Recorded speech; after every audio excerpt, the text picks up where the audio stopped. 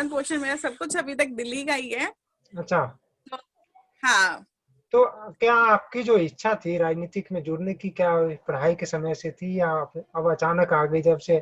मुझे लगता है अन्ना के आंदोलन में आपने। नहीं नहीं नहीं सर, ऐसा नहीं था कि अन्ना के टाइम पे तो मैं प्रेग्नेंट थी।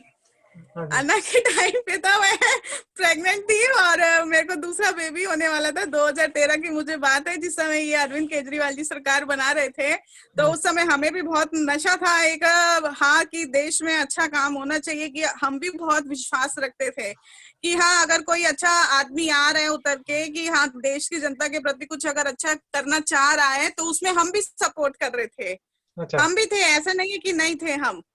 लेकिन हमें नहीं पता था आने वाले टाइम में ये होगा कि हमें चुप करके बिठा दिया जाएगा और खुद अपनी राजनीति रोटियां सेकने लग जाएंगे। ये चीज हमें नहीं मालूम थी। नहीं, तो जैसे आपने अगर राजनीति में ज्वाइन किया तो आपकी क्या आकांक्षाएं क्या थी, या आकांक्षा क्या है, महत्वाकांक्षाएं मेरा क्या है, हमेशा क्या? से यही नेचर, हमेशा से यही रहा है कि देश की जनता के प्रति हमेशा अच्छा काम करना है। अभी आप जितना भी मेरा सोशल मीडिया पे अकाउंट देखोगे, इंस्टाग्राम पे भी देखोगे और फेसबुक पे भी, और फेसबुक पेज पे भी मेरी खुद की पर्सनल आईडी पे इतने फॉलोवर्स है कि मैंने कोई कोई होता है कि अपना फेसबुक फॉलोवर्स खरीद लेता है, कोई कुछ कर लेता है। मैंने आज दिन तक टचवुड अभी तक ऐसा कुछ नहीं करा। मेरे फॉलोवर्स भी बहुत ज्यादा हैं मेरी पर्सनल आईडी पे और मेरे पर्सनल इंस्टाग्राम पे भी। तो वो एक मेरे काम की वजह से है कि मैंने जो देश की जनता के प्रति एक एनजीओ में, पहले मैं जागरूकता एनजीओ में रही, फिर मैं नेशनल एंटी करप्शन जो गवर्नमेंट से अप्रूव थी, मैं उसमें रह के मैंने काम किया है। तो उस काम को देख के पब्लिक ने मेरे को सपोर्ट करा है। तो उस सपोर्ट की वजह से आज मुझे हिम्मत मिलती है कि हाँ, देश की जनता के प्रति कुछ अच्छा काम करना है।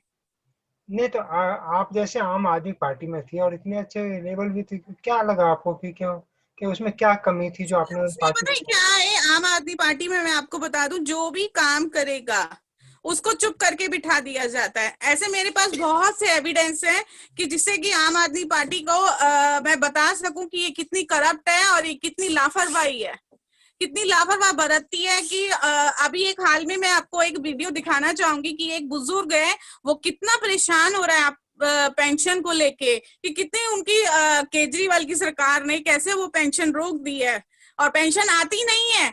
इवन मेरे पास जैसे लोग मेरे ऑफिस में आते हैं कि मैडम हमारी पेंशन बांध दो, तो देखते हैं कि सीनियर सिटीजन की पेंशन तक नहीं बन रही है, उसकी लाइन बंद कर रखी है। अगर आप अभी दिल्ली गवर्नमेंट की साइट पे जाओगे तो सीनियर सिटीजन का ऑप्शन बंद आएगा। दे- इतना लोग परेशान हो रहे हैं कि एक झुग्गी में रहने वाले का जो बिल है, वो नरेला में एक झुग्गी में रहने वाले का बिल, जहां पे अरविंद केजरीवाल कहते हैं कि 200 यूनिट बिजली फ्री है, वहां पे एक झुग्गी में रहने वाले का बिल 55,000 रुपए आता है। अच्छा, ये बताइए, ये हालत है दिल्ली की। आप जैसे दिल्ली में रहती है, जैसे आपने बिजली पानी का बात करी दिया, तो दिल्ली के ये बिजली पानी जो फ्री है, तो उससे क्या आम जनता, जो लोकल आम आदमी है या छोटे लेवल का आदमी, उसको कोई फर्क पड़ेगा उससे? सर ये तो कहने वाली बात है कि बिजली पानी फ्री है। बिजली पानी कोई फ्री नहीं है। अभी मैं आपको एक झुग्गी में रहने वाले का मैं बिल दिखा दूंगी कि 55,000 का उसका बिल है नरेला का। नरेला में वो रहता है, एक बंदा सीलमपुर का है जिसका 55,000 का एक झुग्गी में रहने वाले का बिल आ रहा है, जिसमें सिर्फ मैं इंस्पेक्शन जब करने गई एंटी करप्शन की टीम के साथ में, जब इंस्पेक्शन करने गई कि ये 55,000 की बिजली ऐसी क्या ये यूटिलाइज करता है, तो आप यकीन नहीं मानोगे, उसके घर में सिर्फ एक बल्ब था और एक पंखा था अच्छा। और एक ट्यूबलाइट थी। इन 3 चीजों का बिल 55,000 कैसे आ सकता है?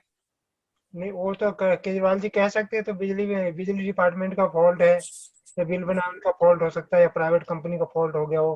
तो केजरीवाल जी तो ऐसे वो नहीं तो वो तो सर राजनेताओं के सारे एक्सक्यूज होते हैं, लेकिन ये कहने वाली बातें हैं। हाई लेवल से आप जैसे जस्ट सपोज करो 200 यूनिट तक तो इन्होंने बिजली फ्री दे रखी है, लेकिन 200 यूनिट के बाद अगर आप एक भी यूनिट यूज करते हो तो डबल बिल लग कर आता है। तो नेचुरली अगर मेरे घर का बिल अगर 200 यूनिट से 201 यूनिट हो जाता है तो मुझे भी डबल बिल देना पड़ेगा। तो फिर बिजली माफ कहाँ से हुई? नहीं, तो 200 तक तो फ्री यहाँ है से ना? पैसा लेके आपने वहां से पैसा दे दिया। लेकिन 200 तक तो फ्री है ना? 200 तक तब फ्री है जब आप बिल्कुल यूज ही नहीं करोगे। अब एक आदमी है, वो अपने घर में फ्रिज तो रखेगा, पंखा तो चलाएगा, ट्यूबलाइट तो जलाएगा, इसी में ही 200 यूनिट बिजली खर्च हो जाती है। अच्छा सिकंदर, एक चीज और, हम लोग जैसे मीडिया में आते, कई लोग आवाज उठा रहे हैं, हमारे पास मैसेज भी आया कि मैं, मतलब कि आज मैं दिल्ली के विजय भारत प्रदेश अध्यक्ष से बात करने जा रहे थे, तो उन्होंने ये कहा, उनसे ये पूछना कि केजरीवाल जी के जो बिजली फ्री है उसमें किराएदार कितने इंक्लूड है? किराएदार से तो पूरे पूरे पैसे लिए जा रहे हैं। तो कभी आप लोगों ने आवाज उठाई इसके लिए कि मकान सर मालिक आवाज किराएदार नहीं के? आ रही, एक बार आप दोबारा बोलेंगे, दोबारा मैं बोलेंगे?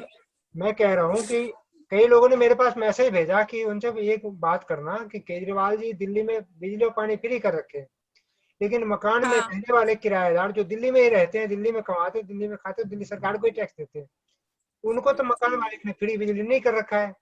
तो फ्री किसको है? नहीं कर रखा, नहीं कर रखा। मकान मालिक तो क्या कहते हैं कि मेरा तो ये कमर्शियल मीटर लगा हुआ है। मकान मालिक ये कहते हैं कि मेरा तो ये कमर्शियल मीटर लगा हुआ है, इसमें आपको जो भी बिजली का बिल आएगा वो डिस्ट्रीब्यूट करना पड़ेगा, यूनिट के हिसाब से वो लेता है, वो बल्कि 8 रुपए यूनिट के हिसाब से किराएदार से चार्ज करता है। हाँ, तो इस पे आपकी पार्टी के, जो आपकी पार्टी आई है प्रदेश में, अपनी दिल्ली में अपनी पैर जमाने में लगी है, तो आपकी क्या, आप कभी पब्लिक के बीच में गए कि इसका विरोध बिल्कुल है, करें? हाँ बिल्कुल है। अभी मैं बताती हूँ, अभी हाल ही में अभी संजय वन में एक आपने देखा होगा, विजय भारत पार्टी ने बहुत बड़ा इसमें वो करा था, विजिट करी थी, पूरी टीम गई थी संजय वन में, विजय भारत पार्टी की टीम गई थी, हमारे राष्ट्रीय अध्यक्ष भी गए थे। कि क्या था, एक अवैध निर्माण किया जा रहा था, और वो जो संजय वन था साउथ एक्स का था, और वो डीडीए के अंडर में रहते हैं। जो संजय वन है, दिल्ली में जितने भी वन आते हैं वो सारे डीडीए के अंडर में आते हैं। तो जो डीडीए के अंडर में है, उनका जो अध्यक्ष है दिल्ली के एलजीएम अनिल बैंजल जी है, और उनके जो डीडीए के मेंबर है वो अरविंद केजरीवाल जी है। उस संजय वन में इतना क्राइम था जो विजय भारत पार्टी ने पकड़ा था, जिसको अभी तक दबाया हुआ है, और उसका जो केस चल रहा है अभी संजय वन का। अभी आपने हाल ही में वीडियो देखा होगा कि अवैध निर्माण हो रहा है वहां पर, जगह जगह कब्र बना दी गई है मुसलमानों द्वारा। मुसलमान को तो एक इन्होंने बदनाम कर दिया था, मुसलमानों को तो, लेकिन ऐसा कुछ नहीं था कि वहां मुसलमानी जो मुसलमान कौम है वो संजय वन को खराब कर रही हो। वहां पर क्या हमने पकड़ा था, वहां पर ये चीज पकड़ी थी कि जो बच्चे किडनैप कर दिए जाते हैं, जिन महिलाओं के साथ रेप कर दिया जाता है, वो वहां पे लाशें दफन करी गई थी, जिन पे हमने खुद ने जांच बिठाई है, और जिनका कोर्ट में केस चल रहा है, अच्छा, हाई कोर्ट में इस चीज को लेके मैटर है। और हम लोगों ने ही वो ऑब्जेक्शन लगाया था कि ये जो पब्लिक प्रॉपर्टी है उस पर अवैध निर्माण क्यों हो रहे हैं। नहीं, अगर आपकी पार्टी सत्ता में आती है दिल्ली में, तो क्या किराएदारों के लिए भी बिजली फ्री होगा? बिल्कुल, ये लेके सर ये बिजली फ्री और पानी फ्री तो एक लालच वाली बात थी जो केजरीवाल जी ने दी थी अच्छा, सरकार बनाने के लिए। उसमें ये तो सत्ता एक में आए। लालच वाली बात थी, जैसे बच्चे को लॉलीपॉप दे देते हैं ना कि तू, तेरे को मैं लॉलीपॉप दूंगा, तू मुझे ये एक्टिविटी करके दिखा। ये वही हाल था केजरीवाल जी का, ये वही हाल था कि बिजली पानी को पकड़ लिया था, उसके बाद वही जनता को छोड़ के चले गए। अन्ना जी से पूछ के देखो ना कि कहाँ है केजरीवाल जी, या कहाँ है अन्ना जी। नहीं, उस आप दूरी क्यों चाहते हो? कुमार विश्वास जी को पूछ लो जो पार्टी की नींव थे। नहीं, उस समय तो कुमार विश्वास, आप भी साथ थे ना उस समय। यही तो मैं कह रही हूँ, मैं भी साथ थी। हाँ, हम भी अंधभक्त थे, हाँ, हम भी अंधभक्त थे। हम ये नहीं कह रहे कि हम नहीं थे, हम भी अंधभक्त थे। हम भी एक विश्वास करते थे कि हाँ कोई अच्छा नेता आया, लेकिन हमें नहीं पता था ना कि ये ऊपर कुछ और है और अंदर कुछ और है। हम भी उसी में से थे। अच्छा, आप चलिए अब विजय भारत पार्टी पे आते हैं कि अगर आपकी पार्टी सत्ता में आती है तो आपकी पार्टी का मुख्य मुद्दा क्या होगा? कि किस सर मुद्दे सबसे पे पहले चर्चा तो होगी? हमारा मुद्दा जो है वुमेन एंड चाइल्ड डेवलपमेंट पे है, कि जी। महिलाओं के साथ जो शोषण हो रहा है, उत्पीड़न हो रहा है, उस चीज को रोकना। क्योंकि मैं ग्राउंड लेवल पे काम करती हूँ, मुझे पता है कहाँ पे कितना क्राइम होता है। दिल्ली में निर्मल छाया परिसर है, वो जो कि दिल्ली गवर्नमेंट के अंडर में आता है, बाल विकास विभाग, और एक एनजीओ है निर्मल छाया परिसर, उसी के अंदर इतना लड़कियों के साथ गलत करा जाता है। मैं 3 बच्चों को वहां से छुड़वा के लेकर आई हूँ, अपनी जान पे खेल के। मुझे इतनी धमकियां मिली है फोन कर करके कि हम तुम्हारे साथ ये कर देंगे अगर निर्मल छाया परिसर को उठाया गया, निर्मल छाया परिसर पे अगर जांच बिठाई गई तो हम तुम्हारे साथ ये कर देंगे। और मेरे को जो धमकी मिली वो एंटी करप्शन ब्रांच के कोई अरुण है, उन्होंने मेरे को धमकी दी थी, इंस्पेक्टर ने। अब मुझे नहीं पता, वो फोन पे तो अपना अरुण नाम बता रहा था, लेकिन मुझे ऐसा कुछ नहीं पता कि वो अरुण था या नहीं था। लेकिन हाँ, उसकी एक सीबीआई जांच चल रही है अभी भी कि किसने मुझे धमकी दी थी। तो हमारा सबसे पहले विजय भारत पार्टी का आएगा कि जो भी शोषण हो रहा है महिलाओं के साथ, बच्चों के साथ, उसको हम कैसे रोके। हम कोई केजरीवाल जी तो है नहीं कि जो पानी और बिजली को लालच देकर, एक लॉलीपॉप देकर देश की जनता को हम ठगे, ऐसा हमारा कोई इरादा नहीं है। अच्छा, हाँ, मैं मानती हूँ बेसिक नीड्स की जरूरत होती है, बेसिक नीड्स की आम आदमी को जरूरत होती है। बिजली हो गई, पानी हो गई, खाना हो गया। अब राशन का जो मुद्दा आ जाता है, हमारा, आपकी, मेरी, हर किसी की नीड है एक राशन। एक हम राशन के लेके हम जरूर काम करेंगे कि कोई ऐसा साधन बनेगा जो डायरेक्ट सीधा जनता तक राशन पहुंचेगा। नहीं वो तो खाली आटा चावल, वो तो पहुंच रही है ना आपके। सर एक इंसान कब तक गेहूं ये आटा चावल खा सकता है? आपको मैं तो क्या रोज क्या अगर देंगे, रोटी दूं, क्या क्या देंगे आप? ये जो आटा चाहिए आम तो आदमी, जैसे जो मेरे घर में अगर आज सुबह सब्जी बन रही है, आलू बन रहा है, भिंडी बन रही है, तोरी बन रही है, तो वो सब्जी भी आपको मिलनी चाहिए कि हाँ एक हफ्ते में, अगर अगर एक महीने में राशन मिल रहा है तो एटलीस्ट उसके साथ सब्जी भी सप्लाई करी जाए कि हाँ सब्जी भी मिले एक गरीब आदमी को, कि खाली चावल और आटे से गुजारा नहीं होता है। नहीं, सबसे बड़ी बात है मैं आपकी गरीबी पे कह दूं कि आप गरीब आइडेंटिफाई कैसे करेंगे, कैसे पहचान करेंगे गरीब है? सर वो पहले हम सर्वे करवाएंगे डोर टू डोर जाकर। जो ग्राउंड लेवल पे हम काम करेंगे वो डोर टू डोर जाकर ही काम हो सकता है, नहीं क्योंकि कैसे सर्टिफिकेट कैसे? आज की डेट में सर्टिफिकेट भी, ईडब्ल्यूएस की सर्टिफिकेट बनवा लेते हैं, नो इनकम सर्टिफिकेट जी जी, बनवा लेते हैं। वही तो वही मेरा हमारी सवाल टीम सर्वे करेगी डोर टू डोर। वही मेरा सवाल है कि हम गरीबी की हमारी पहचान कैसे हमारी करेंगे? क्योंकि अक्सर हम देखते हैं जैसे कोरोना काल हो या और भी काल हो, जितनी भी गाड़ियां होती है वो झुग्गी के आसपास जाके खड़ी हो जाती है, जो भी सहायता की गाड़ियां हैं। ये सभी जानते हैं, आप भी जानते हैं और हम भी जानते हैं। क्या आप ये नहीं जानते कि बिल्कुल, एक एक झुग्गी वाले जिन्होंने मकान बना रखे हैं और चार चार किराएदार भी लगा रखे हैं 2-2 हजार रुपए की, और सारे के सारे सुविधाओं की उन वो किराएदार तो सर एक करप्शन का झुग्गी मुद्दा आ वाले ले ही रहे हैं, जाता है ना, करप्शन झुग्गी वाले ले करप्शन रहे का हैं। तो मुद्दा आई। तो अब अगर सर्वे भी करने कोई जाता है तो मकान मालिक का ही सर्वे होता है, किराएदार तो फिर भी गया काम से, उसका ना कोई राशन कार्ड है ना कोई आइडेंटिफिकेशन है, तो वो तो फिर भी नहीं आता, तो हम कैसे पहचान करेंगे करी उस जैसे? पे भी सर हम कमेटी बनाएंगे, समय समय पर हम कमेटी बनाएंगे, जहां जहां जैसे जैसे कमियां हमारे को पता चलेंगी। जैसे अभी आपने कहा है कि लोग बाग आ जाते हैं और होते वो अमीर है और दिखाते गरीब हैं, उसके लिए भी हम समय समय पे कमेटियां को निर्धारित करेंगे कि इन कमेटियां, ये जो कमेटियां बनाई जाएंगी वो उन लोगों पे ध्यान देगी कि ये लोग झूठ तो नहीं बोल रहे हैं ना।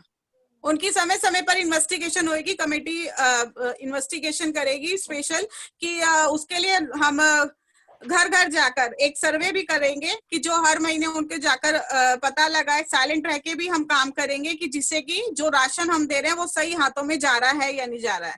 लेकिन आप अगर ऐसे इस चैनल पे बैठ के ऐसे कहेंगे तो आपको वोट नहीं देंगे वो मकान मालिक, इनके पास वो वोटर कार्ड नहीं भी है और आधार कार्ड भी है और सर, पता है मैंने ग्राउंड लेवल पे काम करा है, मैं देश की जनता को बहुत अच्छे से जानती हूँ। मैंने खाली दिल्ली में काम नहीं करा। कभी आप फुर्सत में मेरी फेसबुक पे वीडियो उठा के देखना, मेरे फेसबुक पेज पे, इंस्टाग्राम पे, मैंने चंडीगढ़ गई हूँ, नहीं मैं तो इलाहाबाद गई हूँ, मैंने ग्राउंड लेवल पे काम काम करा है, नहीं, मैं उन वोटर की बात कर रहा हूँ। मैंने अगर झुग्गियों में काम किया है। आपने ऐसा कह दिया तो मकान मालिक जो है जिनके पास वोटर आईडी है वोट नहीं देंगे आपको, क्योंकि ये तो हमारा ही। नहीं कुछ नहीं होता सर, कुछ नहीं होता, वोट नहीं मिलेगा ना।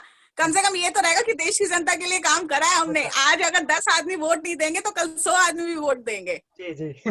आज अगर 10 आदमी वोट नहीं देगा, कल 100 आदमी भी वोट देगा, सिर्फ इसलिए। और हम खाली वोट की राजनीति नहीं करेंगे, हम देश की जनता के लिए काम करते हैं, काम करेंगे।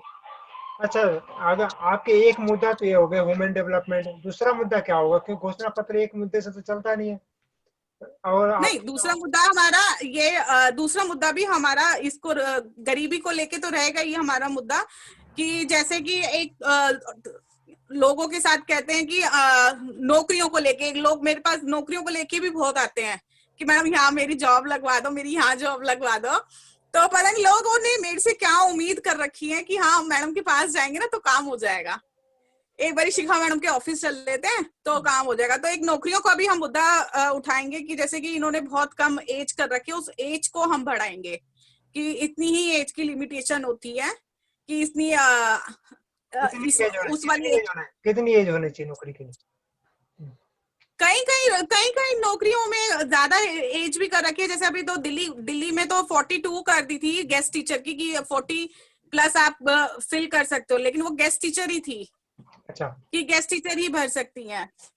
दूसरा, अब हम जैसे कईयों में 25 साल तक, 27 साल तक किसी का यूपीएससी का एग्जाम दे सकता है, कोई 30 साल में भी यूपीएससी का नहीं एग्जाम दे सकता। तो यूपीएससी के एग्जाम के लिए भी हम एज बढ़ाएंगे कि हाँ, एज बढ़नी चाहिए, दूसरे को मौका मिलना चाहिए। टीचर्स में भी ज्यादा एज नहीं कर रखी इन्होंने। तो काफी जगह ऐसी है कि जहाँ पे एज की इन्होंने लिमिटेशन बहुत कम रख रखी है। उस एज को हम बढ़ाएंगे कि जिससे कि दूसरे को नौकरी करने का अवसर मिले। अच्छा, एक बात बताइए, आपकी पार्टी के 2 मुद्दे और हैं जो आपके राष्ट्रीय अध्यक्ष बताते हैं। एक है लव मैरिज और एक है आरक्षण। सबसे पहले मैं लव मैरिज पे देना चाहूंगा, क्योंकि मैं जानता हूँ कि आपने खुद भी लव मैरिज किया है। लेकिन मैंने आपके, लव में हाँ, हाँ, क्यों? क्योंकि आपके अनुभव क्या है और युवाओं के अनुभव को क्या आप बताना चाहते हैं जो आजकल के, जैसे उनका देखो सर, हमारे टाइम की जो मैरिज होती थी ना, लव मैरिज, उस हम्म, समय का एक प्यार अलग होता था। अच्छा। आपके टाइम की, हमारे टाइम की एक प्यार अलग होता था, एक इमोशनल होता तो था। आप लेकिन लव मैरिज आजकल का जो विरोध चल रहा है करेंगे? ना, आप लव मैरिज का विरोध नहीं करेंगे? विरोध, देखो विरोध, हाँ देखो, एक जगह तक कोई ये नहीं है कि खाली हम लव मैरिज को लेके ही हम काम करेंगे। ये भी तो हो सकता है ना कि लव मैरिज को हम इम्प्रूव भी कर सकते हैं। नहीं, हर प्यार करने वाला गलत नहीं होता, लेकिन हर प्यार करने वाला सही भी नहीं होता। नहीं, लेकिन वो आपके राष्ट्रीय अध्यक्ष तो विरोध कर रहे हैं, कह रहे हैं इससे तो दो जातियों में झगड़ा होता है, दो दो सब गांव में सर झगड़ा होता है। आजकल तो अरेंज मैरिज में भी बहुत झगड़ा होता है। तो आप आजकल अपने, तो अरेंज नहीं, मैरिज आप अपनी पार्टी टिकती कहाँ है, राष्ट्रीय अध्यक्ष टिकती के कहाँ है बयानों के आजकल। खिलाफ जा रहे हैं आप? क्या आप समर्थन कर रहे नहीं, हैं? मैं बयानों के खिलाफ नहीं हूँ, नहीं, मैं समर्थन करती हूँ। अगर वो लव मैरिज के अगेंस्ट हैं, तो कहीं ना कहीं कुछ ना कुछ सोच के उन्होंने मुद्दा उठाया होगा लव वो मैरिज तो का। कह रहे हैं कि इससे दो परिवारों में झगड़ा हो जाता है, दो समाजों में झगड़ा हो जाता है, दो जातियों अक्सर में झगड़ा यही हो देखा गया, अक्सर अक्सर यही देखा जा रहा है आज के एक जाता टाइम है। पे। अक्सर यही हो रहा है तो कि उसमें दो अगर परिवारों में झगड़ा हो उसमें रहा है। उसमें अगर एक दो अच्छा प्यार करने वाला ही मिल जाए, तो अगर सर सौ जैसे सौ मैं से सौ अभी आपका लव मैरिज का ही मैं मुद्दा बताती हूँ। अभी हाल ही में मेरे पास एक केस आया था लव मैरिज को लेके। जी।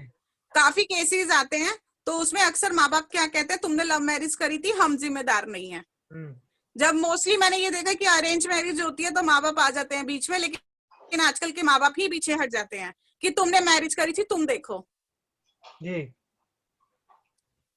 अक्सर यही देखा जाता है। नहीं तो क्यों नहीं, माँ हमारी बाप पसंद की लड़की नहीं थी, हमारे पसंद का लड़का नहीं था, उस वजह से ज्यादा घर नहीं, बर्बाद होते हैं। ये बताइए कि आप भी एक माँ है, आपने अपने बच्चे को बिल्कुल। 20 साल तक बड़े जतन से पालते हैं, पढ़ाते हैं, वो शिक्षा देते हैं, और 20 साल बाद वो सिर्फ एक लड़के से अट्रैक्शन, मैं अट्रैक्शन कहता हूँ उसे, आप लव मैरिज, अट्रैक्शन के कारण आप सबके अनदेखी करके वो एक लड़के से शादी कर लेता है। हम्म? तो क्या माँ बाप, आप एक माँ हो के कैसा फीलिंग करेंगे कि आप बच्चे आपकी नहीं सुने तो? सर मैं तो समझा ही सकती हूँ, मैं तो समझा ही सकती हूँ कि हाँ बच्चा, तुम अगर अगर आपको लगता है कि हाँ ये बिल्कुल सही है तो हम्म, आप करो। मैं इस चीज को डिनाई नहीं कर रही हूँ। लेकिन अगर आपको पेरेंट्स की रिगार्ड रखनी है, पेरेंट्स की एक रिस्पेक्ट रखनी है कि हाँ, जिस माँ बाप ने मुझे पाल पोस के खड़ा करा है, कि मैं एक बार उस माँ बाप की मैं सुन लूं, तो वो जरूर सुनेगा। नहीं, नहीं सुनते ना, इसलिए तो विरोध कर रहे हो। कह रहे हैं कि वो तो कर लेते हैं, उसके बाद वो उसमें झगड़े होते हैं। झगड़े यहाँ तक होते हैं कि वो उस लड़के लड़की के चक्कर में मर्डर हो जाते हैं, केस हो जाते हैं, जिंदगी बर्बाद हो सर जाती ये है। चीज तो यूपी में तो बहुत देखी गई है ना? है। आजकल यूपी में तो बहुत देखने को मिल रही है ये नहीं, चीज। लव मैरिज मैंने आए दिन हिंसा मर्डर भी होते ऐसी है। हैं। मैंने वो आपके राष्ट्रीय अध्यक्ष कह रहे हैं कि हम लव मैरिज एक्ट ही वो खत्म सर कर दें। क्राइम को देख के कह रहे, क्राइम को देख के उन्होंने जरूर बोला होगा।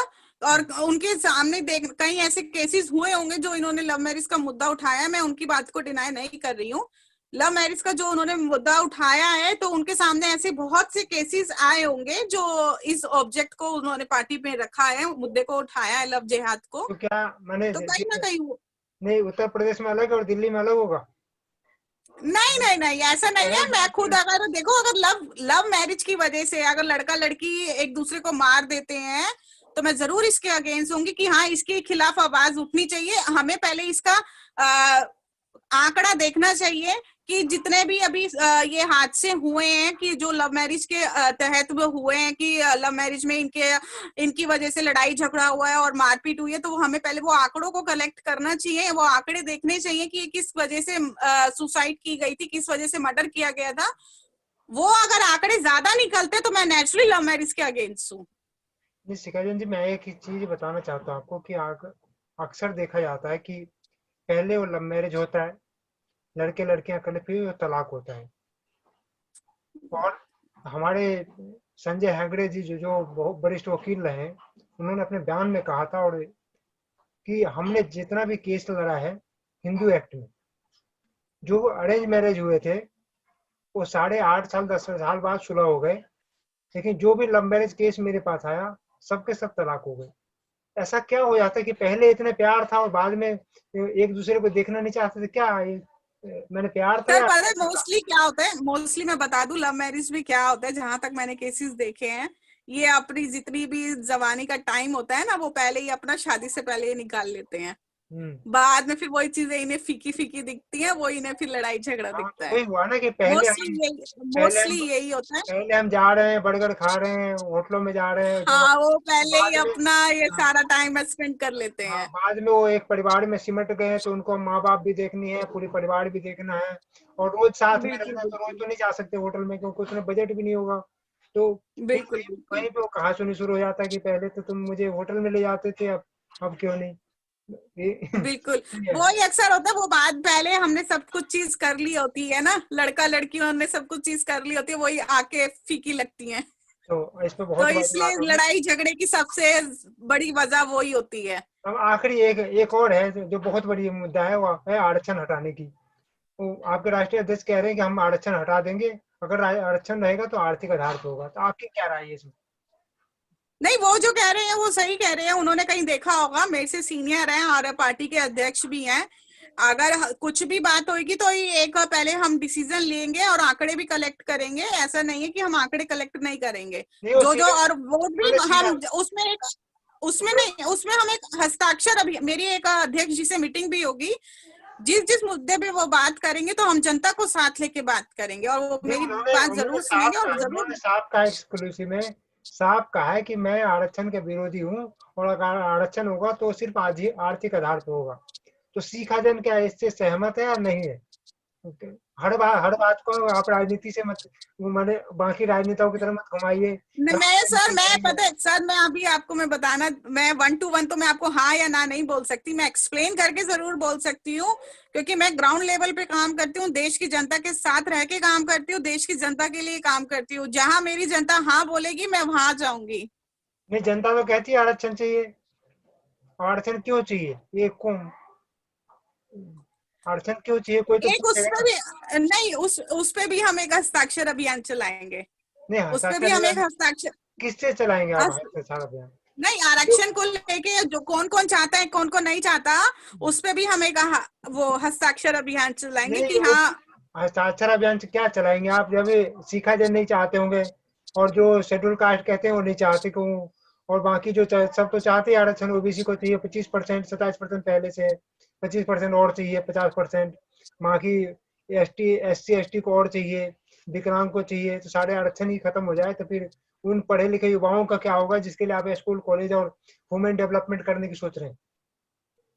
उनको तो नहीं मिलेगा। सर वैसे देखा जाए ना, मैं एक पर्सनल लेवल पे मैं आपसे बात कर सकती हूँ कि एक अगर आप देखा जाए ना, जो एक कोटे बने हुए होते हैं ना, ओबीसी का कोटा, एसटी का कोटा है, ये सारे कोटे होने चाहिए, एक जाति होनी चाहिए कि जिससे कि किसी की भी जो भी कोई भी है वो हाँ तो वही, लायबल बन हाँ, आर्थिक कि हाँ। आधार पे जो गरीब है उसी को चाहिए ना। अब अमीर आदमी नहीं, SC ST का है तो उसको क्यों अच्छा? मैं ये कहती हूँ कि जो मेरा मानना ये है कि एक जाति होनी चाहिए, कि ना तो कोई उसमें हिंदू हो, ना कोई मुसलमान हो, ना कोई ओबीसी का हो, नहीं नहीं ना आप, कोई हैंडीकैप हो, नहीं आप सबके हिंदू, लिए एक ही होना चाहिए। नहीं ये बात तो सही है आपकी, लेकिन हिंदू तो मुसलमान बनने को तैयार है, मुसलमान हिंदू बनने के लिए तैयार नहीं है। वो तो भारत सर माता का, ये तो खैर मुद्दा है हिंदू वो तो मुद्दा है मुसलमान ना। का, हाँ ठीक है। ये तो तो खैर मुद्दा है, लेकिन हिंदू भी इंसानियत है उसके अंदर भी, और मुसलमान में भी इंसानियत है, ये तो खैर एक राजनेता लोग 11 मुद्दा बना देते हैं। राजनीति लोग अभी मुद्दा एक हाल बना ही में रहे। चांदनी चौक में एक अभी मंदिर टूटा है हम्म, हनुमान जी का, जी तो उसी के बारे में मैं आपको बताना चाहूंगी। हमारे ही बराबर में बल्ली मारान भी है, पूरा एक मुसलमानों का गढ़ है। जी। मोती मोती बाजार भी है, बल्ली माराम भी है, चांदी महल भी है। हम्म। यहाँ सारे मोमडम एरिए मोमडम एरिए हैं। तो एक जो चांदनी चौक में एक हनुमान मंदिर है, वो एक चांदनी चौक का एक सौंदर्यीकरण हुआ था जिस समय मैं आम आदमी पार्टी में थी, तो उसके उद्घाटन में मैं भी शामिल थी, उस उद्घाटन में। हम्म। तो सेकंड उस वो मंदिर एंक्रोचमेंट की वजह से बीच में आता था, सौंदर्यीकरण की वजह से। हम्म। तो अभी आप देख रहे होंगे टीवी में, वो मंदिर हटा दिया गया है। हम्म। अब मैं आपको बता दूं प्रहलाद सिंह सानी जी ने क्या करा जिस समय वो मंदिर हट रहा था। चांदनी चौक के विधायक हैं आम आदमी पार्टी के प्रहलाद सिंह सानी जी, और उससे पहले कांग्रेस के 15 साल विधायक रहे हैं चांदनी चौक में।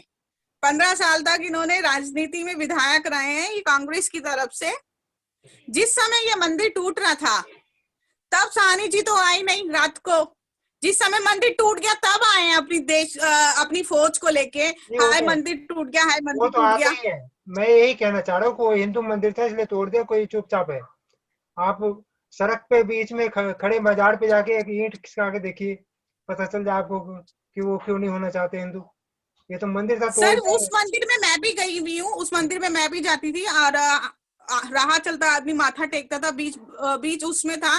और ऐसा नहीं है कि मंदिर को इन्फॉर्म नहीं किया गया होगा। डायरेक्ट सरकार कभी भी मंदिर नहीं तोड़ सकती, ना पेड़ काट सकती। एक नोटिस दिया जाता है मंदिर के कर्ता धर्ता को, जो मंदिर का प्रधान होता है। एंक्रोचमेंट जब हुई हटानी होगी तो मंदिर को एक नोटिस गया होगा, एक हफ्ते पहले नोटिस जाता है कि आप अपना नहीं शांतिपूर्वक वो ये सब, मूर्ति कहीं और। वो सब कुछ ठीक है, नोटिस भी गया होगा, तोड़ भी दिया, हम विरोध नहीं करते। अगर विकास में बाधा है तो तोड़ दो, लेकिन भाड़ नहीं, अपने उसमें मुसलमान आ गया निकल के, मैं कह रही हूँ उसमें मुसलमान आ गया निकल के। मुसलमान कहता है कि हाय हमारा मंदिर टूट गया, हमारा हिंदुओं का मंदिर टूट गया। और वो मुसलमान आया निकल के जो पॉलिटिकल था, जो एक आम आदमी था मुसलमान, जो अपने सिर्फ दुकान से और घर से मतलब रखता था, वो आदमी नहीं आया निकल के। मुसलमान वो निकल कर आया जो पॉलिटिकल था, चाहे हाँ वो बीजेपी का था, चाहे वो आम आदमी पार्टी का था।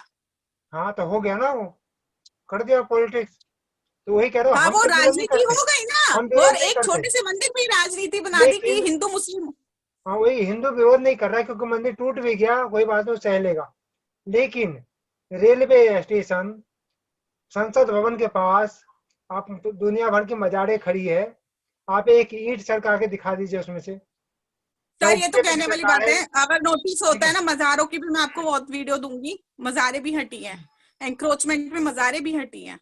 ये तो ये जो पॉलिटिकल लोग होते हैं ना, ये अपने अपने ये जो गंदे पॉलिटिकल होते हैं, जो गंदी राजनीति करते हैं, वो अपने चमचों को ले आते हैं, नारे करते हैं, अपनी फोटोएं खिंचवाते हैं, वीडियो बनवाते हैं, चलो जी चलो हंगामा हो गया, ये यहाँ पे कौन और कर रहा है, बदनाम कर। यहाँ पे कौन कर रहा है राजनीति?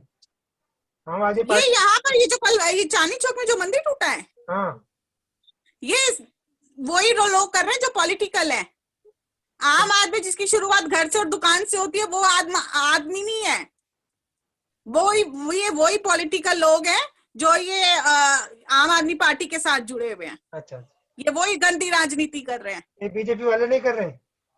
नहीं, बीजेपी वाले नहीं कर रहे, ये आम आदमी पार्टी वाले कर रहे हैं। और ये मैं खुद इन बंदों को मैं जानती हूँ बहुत अच्छे से तो कि बीजेपी एक वाले किस मिट्टी के बने हुए हैं। खुद दंगा करवाते हैं ये लोग, और फिर खुद बैठ जाते हैं शांतिपूर्वक धरने पे, गांधीवादी नीति लेके फूल बैठ जाते हैं, फूल लेके बैठ जाते हैं, हम तो शांतिपूर्वक अपना धरना प्रदर्शन कर रहे हैं।